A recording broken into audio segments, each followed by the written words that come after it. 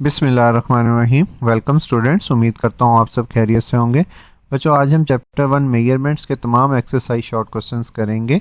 Start करने से पहले बच्चों, अगर आपने चैनल सब्सक्राइब नहीं किया तो चैनल सब्सक्राइब कर लें ताकि इस बुक के तमाम लेक्चर्स आपको साथ साथ मिलते रहें। चलें स्टार्ट करते हैं। हमारे पास फर्स्ट क्वेश्चन है, create a table to show the reasonable estimate of some physical quantities. Reasonable estimate लगाना है आपने फिजिकल क्वांटिटीज का।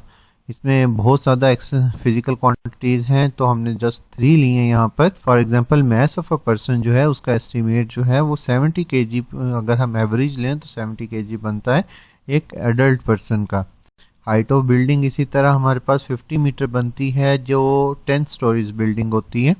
इसी तरह speed of sound in air जो है वो 343 मीटर पर सेकेंड होती है नॉर्मल कंडीशन या नॉर्मल एसटीपी के ऊपर। नेक्स्ट क्वेश्चन है हमारे पास, express the unit of the following direct quantity in term of base units: force, work, power, pressure, electrical charge। force का फार्मूला होता है हमारे पास F is equal to M A, mass का unit kg, acceleration metre per second square, तो इसका unit बनेगा ये। और इसी तरह work W is equal to F dot D, force का यूनिट अभी हमने निकाला बेस यूनिट, और डिस्प्लेसमेंट का यूनिट मीटर, तो ये इसका बेस यूनिट ये बनेंगे हमारे पास। पावर इज इक्वल टू होता है work divided by time, work का यूनिट अभी निकाला हमने और डिवाइडेड बाय टाइम यहाँ पर एस क्यूब हो जाएगा। Pressure force divided by area, force का यूनिट ये टॉप पर हमें निकाला और एरिया हमारे पास होता है मीटर स्क्वायर के, ये इसका बेस यूनिट बनेगा। और उसके बाद हमारे पास इलेक्ट्रिक चार्ज होता है Q is equal to I T. I हमारे पास करंट, इसका यूनिट एम्पेयर, और टाइम हमारे पास सेकेंड, तो ये हो जाएगा ए एस के इक्वल। नेक्स्ट क्वेश्चन है हमारे पास, why is it important to use an instrument of smallest resolution. बच्चों, अगर इंस्ट्रूमेंट की स्मॉलेस्ट रेजोल्यूशन होगी तो हमारी एक्यूरेसी इंक्रीज हो जाएगी, और एक्यूरेसी के साथ साथ हमारी प्रिसीजन भी इंक्रीज हो जाएगी, जिससे हमारे पास जो रिजल्ट आएंगे वो बहुत अच्छे रिजल्ट आएंगे और वो रियलिटी के करीब तरीन आएंगे। Using an instrument with small resolution enhance accuracy by detecting minute changes. For example, a precise voltmeter can measure tiny voltage difference crucial for diagnosing electronic circuit.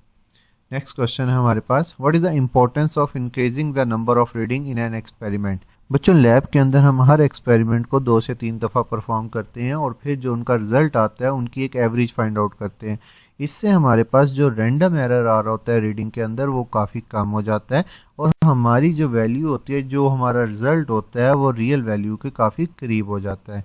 Increasing readings improve accuracy and reliability by reducing the impact of random error. More readings smooth out variation, providing a clear picture of the experiment outcomes.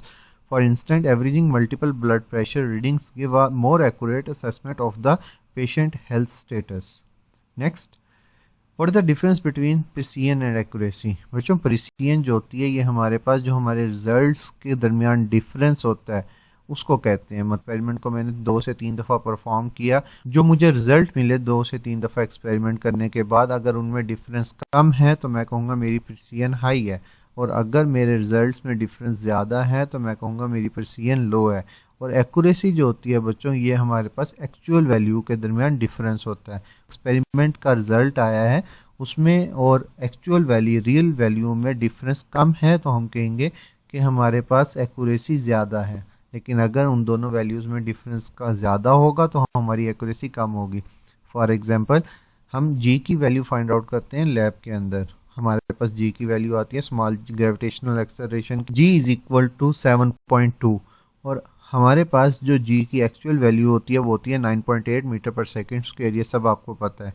तो हम कहेंगे हमारी accuracy बहुत लो है, क्योंकि 7.2 और 9.8 में बहुत ज़्यादा फ़र्क है। लेकिन अगर हमारे पास लैब में आंसर आता है 9.4, 9.5 या 9.6, तो हम कहते हैं हमारी एक्यूरेसी हाई है, क्योंकि हमारा आंसर रियल वैल्यू के बहुत करीब है। Precision refer to how close repeated measurements are to each other, while accuracy is how close the measurement is to the true value. For example, if you repeatedly hit the same spot on the dartboard, high precision, but it is far from the bullseye, low accuracy. Your measurements are precise but not accurate. Hitting near the bullseye consistently would be the both precise and accurate. Next question है हमारे पास, what is the principle of homogeneity of dimensions. वो जो homogeneity जो होता है ये किसी भी इक्वेशन की करेक्टनेस के लिए हम यूज़ करते हैं। हम क्या करते हैं, हम दोनों साइड्स के ऊपर इक्वेशंस की डायमेंशन फाइंड आउट करते हैं। हम लेफ्ट हैंड साइड की भी डायमेंशन फाइंड आउट करते हैं और राइट हैंड साइड की भी डायमेंशन फाइंड आउट करते हैं। अगर इन दोनों साइड्स की डायमेंशन सेम आ जाए किसी भी इक्वेशन की तो हम कहते हैं ये इक्वेशन ठीक है। अगर डायमेंशन सेम ना है तो हम कहते हैं ये इक्वेशन ठीक नहीं है। The principle of homogeneity of dimension state that the all terms in the physical equation must have the same dimension. For example, in the equation s is equal to vit plus 1 over 2 at square, where s is the displacement, u initial velocity, a acceleration and t time, each term dimension of l. मतलब जब हम इनकी dimension निकाल लेंगे, s की dimension आएगी length और इसकी भी डायमेंशन जब हम फाइंड करेंगे इसकी भी डायमेंशन आएगी l, तो हम कहेंगे ये इक्वेशन बिल्कुल ठीक है क्योंकि इसकी लेफ्ट हैंड साइड की डायमेंशन राइट हैंड साइड की डायमेंशन के इक्वल है। A ball is thrown in the air and 5 students are individually measuring the time it takes to fall back down using stopwatch. The time obtained by each student are the following: 6.2 seconds, 6 seconds, 6.4 seconds, 6.1 second, 5.8 second. What is the uncertainty of the result? What should be the resulting time be expressed? बच्चों सबसे पहले हम range find out करेंगे जो हमारे पास result आए हैं। 5.8 से लेकर 6.4 तक हमारे पास जो डिफरेंस आया है वो क्या है, 0.6। और इस रेंज को हम कैसे लिखेंगे अनसर्टेनिटी में, प्लस माइनस 0.3, मतलब ये इसका हाफ वैल्यू लिखेंगे और यही हमारे पास इस रीडिंग की अनसर्टेनिटी है।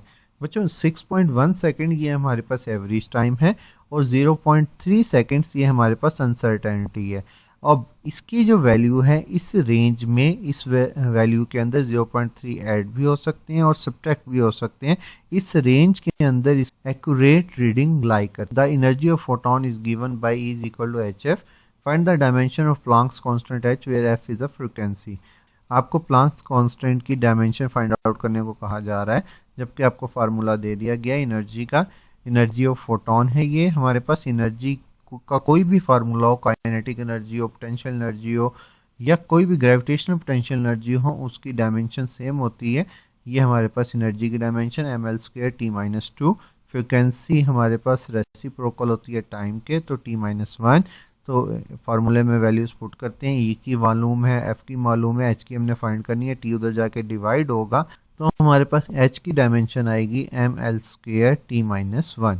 बच्चों अगर आपको लेक्चर अच्छा लगा हो तो लाइक और सब्सक्राइब करना मत भूलिएगा, और अगर आपको कोई क्वेश्चन है तो आप मुझसे व्हाट्सएप पर भी कांटेक्ट कर सकते हैं। थैंक यू, खुदा हाफिज।